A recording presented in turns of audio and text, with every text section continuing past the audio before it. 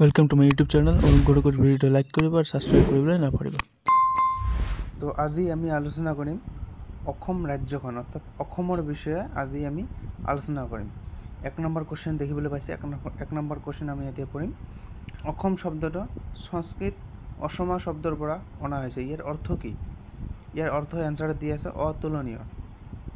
2 নম্বৰটো পঢ়িম।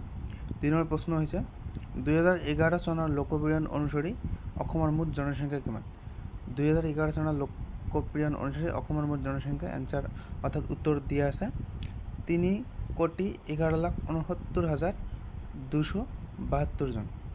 3 number question আছে। প্ৰশ্ন নম্বৰ 3 2011 চনৰ লোকপিয়নৰ সমীক্ষা অনুসৰি অসমৰ ভিতৰত সৰ্বাধিক জনসংখ্যা থকা জিলাখনৰ নাম কি? নগাঁও। ইয়াত আৰু এটা কোৱেশ্চন আহিব পাৰে।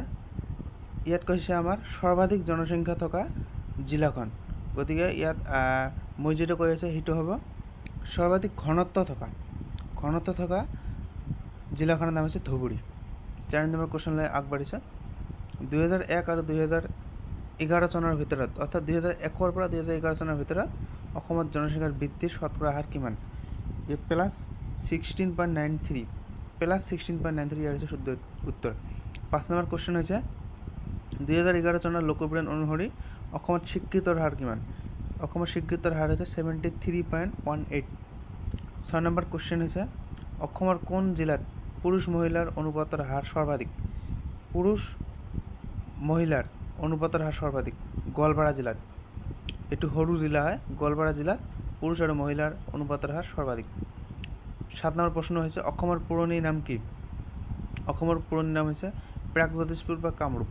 যিকোনো এটা দিলে প্ৰাগজ্যোতিষপুৰটো বেষ্ট হয়, প্ৰাগজ্যোতিষপুৰ। 8 নম্বৰ কোৱেশ্চন হৈছে 2001 লোকপিয়ন অনুসৰি অসমত মহিলা আৰু পুৰুষৰ জনসংখ্যাৰ শতকৰা হাৰ কিমান? 2001 চনৰ লোকপিয়ন অনুসৰি অসমত মহিলা আৰু পুৰুষৰ জনসংখ্যাৰ শতকৰা হাৰ কিমান? 2001 লোকপিয়ন অনুসৰি অসমত মহিলা আৰু পুৰুষৰ জনসংখ্যাৰ শতকৰা হাৰ হৈছে মহিলাৰ হৈছে 52, যিহেতু ইয়াত আগত মহিলা আছে গতিকে মহিলাৰ হৈছে 52 আৰু 48% হৈছে আমাৰ পুৰুষ। 9 নম্বৰ কোৱেশ্চন অসমৰ জাতীয় সংগীতৰ নাম কি আৰু ইয়াৰ ৰচক কি? অসমৰ জাতীয় সংগীত সকলোৱে জানে অমৰ আপোনাৰ দাস আৰু ইয়াৰ ৰচক লক্ষ্মীনাথ বেজবৰুৱা। 10 নম্বৰ কোৱেশ্চন হৈছে অসমৰ জাতীয় প্ৰতীক এশিঙীয়া গড়। এইটো সকলোৱে জানে অসম এশিঙীয়া গড়ৰ বাবে বিখ্যাত, চাহৰ কাৰণে বিখ্যাত, গতিকে অসমৰ জাতীয় প্ৰতীক হৈছে এশিঙীয়া গড়। 11 নম্বৰ কোৱেশ্চন হৈছে অসমৰ কোন জিলাত গৰম পানীৰ আছে? গোলাঘাট জিলাত গৰম পানীৰ আছে। 12 নম্বৰ কোৱেশ্চন হৈছে বদৰপুৰ উত্তৰ পূব ৰেলৱেৰ এটা বৃহৎ জংচন, ই অসমৰ কোন জিলাত অৱস্থিত? কৰিমগঞ্জ। এনসাৰ হৈছে কৰিমগঞ্জ। 13 নম্বৰ কোৱেশ্চন হৈছে এইটো ভেৰি ইম্পৰ্টেণ্ট কোৱেশ্চন হয়, মানে অসমে আমাৰ বিশাল যিটো দেশ আছে ভাৰতবৰ্ষৰ কিমান শতাংশ মাটি আগুৰি আছে? 2.39। এইটো যিকোনো কম্পাৰিটিভ এক্সামত আহিব। 14 নম্বৰ হৈছে অসমৰ মুঠ মাটিকালি কিমান? অসমৰ মুঠ মাটিকালি এইটো ভেৰি ইম্পৰ্টেণ্ট। অসমৰ মুঠ জনসংখ্যা মাটিকালি ভেৰি ইম্পৰ্টেণ্ট 78,438 বৰ্গ কিলোমিটাৰ এৰ উত্তৰ। 15 নম্বৰ কোৱেশ্চন হৈছে অসম বিধানসভাৰ মুঠ আসনৰ সংখ্যা 126, অৰ্থাৎ অসমৰ টোটাল MLA হৈছে 126, 126 জন, বা বিধানসভাৰ আসনৰ সংখ্যা হৈছে 126।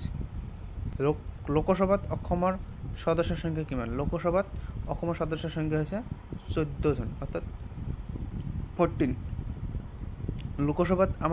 লোকসভাত টোটাল সদস্য হৈছে 545 জন, তাৰ ভিতৰত দুজনক ৰাষ্ট্ৰপতিয়ে নিৰ্বাচিত কৰে আৰু 543 জনক জনসাধাৰণে নিৰ্বাচন কৰে। অসমৰ জনসাধাৰণে সাধাৰণতে 14 জনক নিৰ্বাচিত কৰে। গতিকে আজিৰ ভিডিঅ' এইখিনিয়ে। ভিডিঅ'টো ভাল লাগিলে ছাবস্ক্ৰাইব কৰিবলৈ নাপাহৰিব।